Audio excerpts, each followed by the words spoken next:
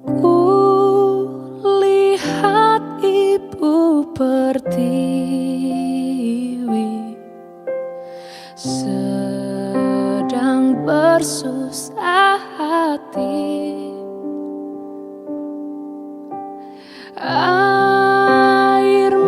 Aktivis Ratna Sarumpait ditangkap Polda Metro Jaya di Bandara Soekarno-Hatta. Di tengah penanganan pandemi COVID-19, hoax marak di tengah masyarakat. Kasus penyebaran informasi bohong atau hoax COVID-19 dengan tersangka Dr. Louis. Masyarakat juga harus mewaspadai virus hoax terkait penyebaran virus corona di media sosial. Terdakwa kasus berita bohong atau hoax soal COVID-19, M. Yunus Wahyudi divonis 3 tahun penjara. Kini, timbul istilah baru yang belakangan terkenal di kalangan netizen dan juga media massa. Berita bohong atau hoax. Ada banyak sekali virus dusta alias hoax yang beredar di tengah pandemi virus corona ini. Dan hal ini sama berbahayanya dengan virus corona itu sendiri.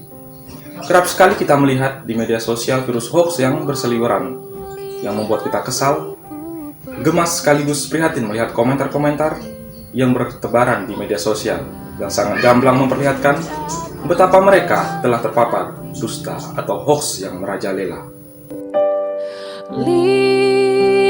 Bupati Banjarnegara Budi Sarwono usai ditetapkan sebagai tersangka. Tetapkan 22 tersangka dalam kasus suap jabatan kepala desa di Probolinggo. Bahkan kasus dugaan korupsi proyek peningkatan jalan di Kabupaten Bengkalis Riau. KPK menunjukkan sejumlah barang bukti dugaan suap pengadaan barang atau jasa terkait bansos penanganan COVID-19 di Kementerian Sosial.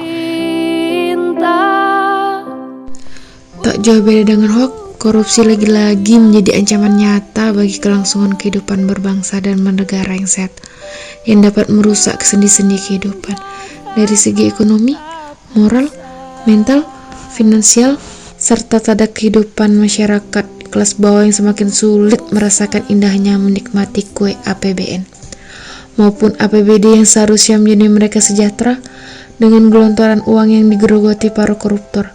Maka, sebagai aparatur sipil negara yang sangat menjunjung tinggi nilai-nilai kebangsaan yang luhur, alangkah baiknya kita memberikan tauladan dan perubahan mendasar bagi bangsa ini ke arah yang lebih mulia dan lebih baik.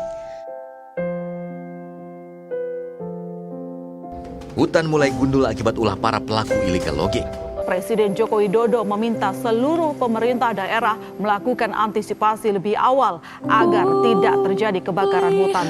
Pemirsa, upaya untuk mengungkap tuntas kasus perambahan hutan lindung di kawasan Deleng Tongkoh, Lau Balega perambah hutan ditangkap petugas gabungan di kawasan Suaka Marga Satwa Giam, Siak Kecil di Kabupaten Bengkalis Riau.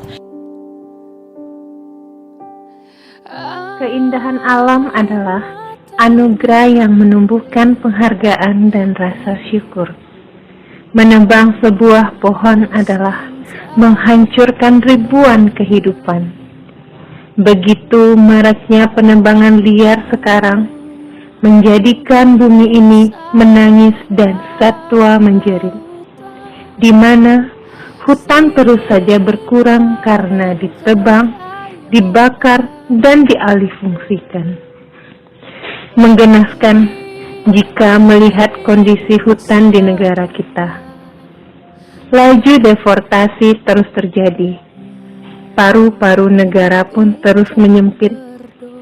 Inilah yang membuat udara di bumi semakin panas.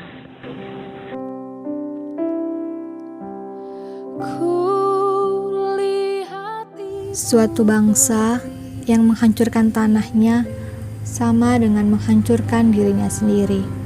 Begitu banyak hutan di bumi ini. Ada hutan konservasi, hutan lindung, hutan produksi. Namun, kini semua hutan seolah sama, yakni untuk produksi. Nenek moyang kita dulu menjaga hutan, bahkan mereka mengkeramatkannya. Generasi kita terus saja mengeksploitasi hutan dengan dalih ekonomi. Mari pelihara alam agar kita dapat memiliki masa depan yang lebih baik. Tanah ini, air ini, udara ini, bumi ini, itu adalah warisan kita bagi anak kita. Bumi menyediakan cukup untuk memenuhi kebutuhan setiap manusia, namun tidak untuk keserakahan setiap manusia.